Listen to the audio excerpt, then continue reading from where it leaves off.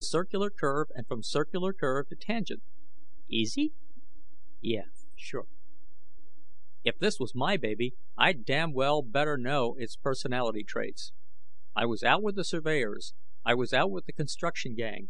I was out at the wrong time. As the yellow beast, mindless servant of man, thundered down, I dove for the rocks. Thank God for the rocks. We'd had to import them. The soil in Orange County is fine for oranges, but too soft for train road beds. Choking on the dust, I rolled over. The cat perched, grinning drunkenly, on the rocks. The opposition, or an accident? Surely the mind wasn't that desperate. But I was. I had to keep the idea alive, for myself as well as completion of the original mission. Several million hands pulled me out. Several million more patted away the dust. Motionless, I'd just seen the driver of the cat.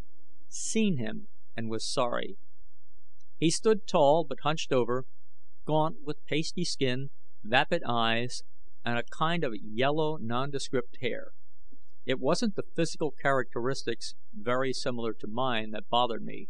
Once, after an incomplete pass, I'd been told by a young lady that I was a thin, sallow lecher. I was swept by waves of impending trouble, more frightened of him than of the opposition in toto. Then, relieved, I realized the man wasn't the one I was expecting. Back in my office, I wasn't allowed the luxury of nervous reaction.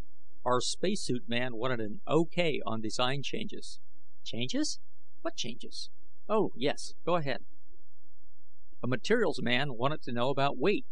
I told him where to go for the information.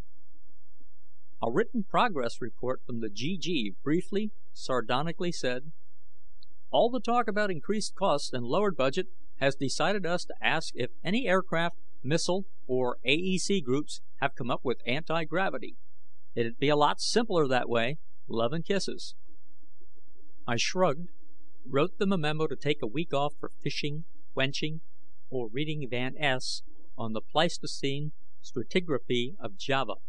I didn't care, as long as they returned with a fresh point of view. Things were hectic already, less than 4 months after we'd started. And we hadn't much to show, except a shift in the roadbed of the SF&D R&R. The opposition, growing stronger each day, could sit back and rest the case, with nothing more than a smug, needling, "I told you so" look. The day finally came when we broke ground for the building. It was quite an achievement, and I invited the GG to dinner. I'd been drawn to the bunch of screwballs, the only name possible, more and more. Maybe because they were my brainchild, or maybe because lately they were the only human company in which I could relax. The hotel is a half-mile south of Disneyland. I arrived early, hoping to grab a ginger ale. Our set designer, Frank, christened Francis, caught me at the door. "Wanted to buy you a drink.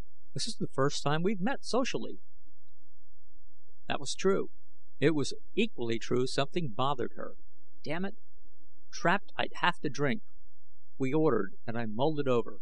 Waited, but she said nothing. The drinks came. I shook several little bright yellow pills from the bottle, swallowed them, then drank. Frank cocked her head inquisitively. "If you must know, they're for my ulcer." "Didn't know you had one." "Don't, but I'll probably get one any day." She laughed and I drank again. I should do my drinking alone because I get boiled incredibly fast. It happened now. 1 second, I was sober. The next, drunk. Resting a cheek on a wobbly palm and elbow, I said, "Has anyone ever said you are the most beautiful?" "Yes, but in your present state, it isn't a good idea for you to add to that number."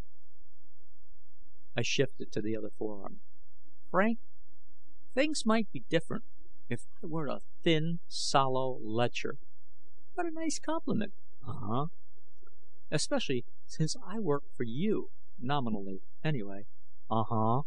Nominally." "Bosses should not make passes at gals who work as lower classes. Uh-huh. Familiar. But you are, and getting more so daily. Uh-huh. Are what? I asked in surprise. Thin. Tired. The GG has decided you're working too hard. Because I don't use Vano, I grinned, having waited long to put that one across. Be serious and listen. You listen. If I'm working too hard, it's to finish. I must, and soon. This compulsion, she paced her words, will kill you if you let it. It'll kill me if I don't let it. Here comes Harry. It was time. Blearily, I fumbled with the pills, spilled the bottle.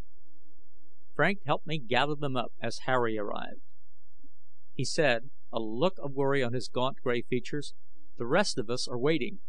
Concerned, Frank asked, "Think you're able?" "Any time you say," I answered in a cold, sober monotone. She flushed, knowing I was sober, not knowing certainly if I were serious.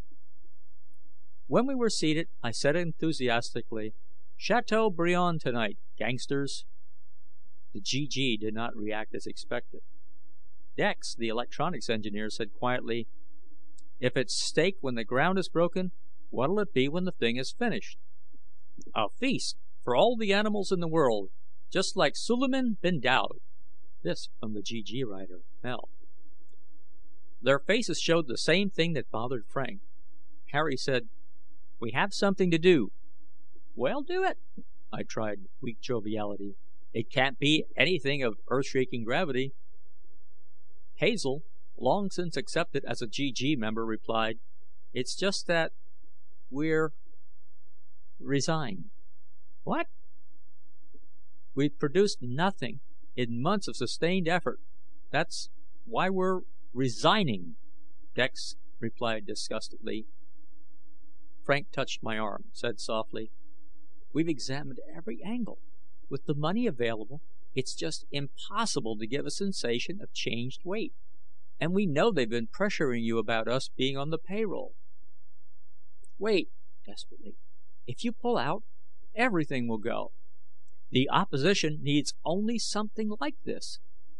Besides, the GG is the one bit of insanity I can depend on in a practical world, the prop for my judgment."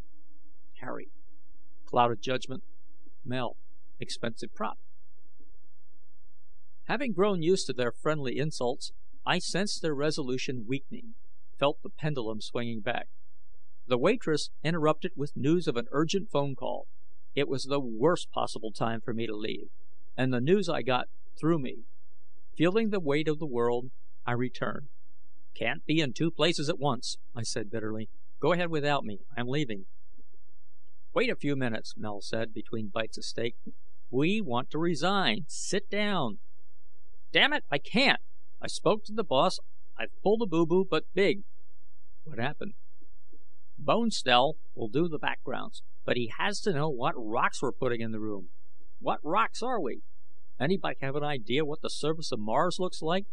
God, how could I have missed that?" "Sit down," Dex said casually. "We want to resign." Hazel added, "You can have your rocks in 24 hours. We worked it out weeks ago.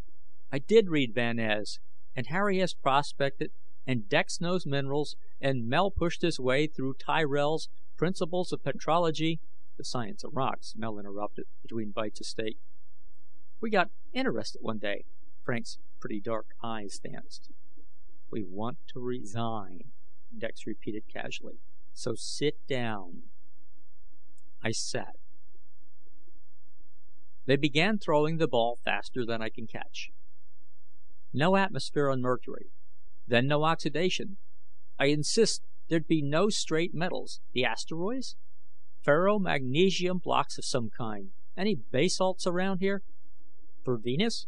Grab a truckload of granodiorite, the spotted stuff, from the Sierra Nevadas, and tint it pink. Lateritic soils for Mars? You crazy? Must have water in a subtropical climate." It hit me. A valid use for the GG. one that already saved money. Make them a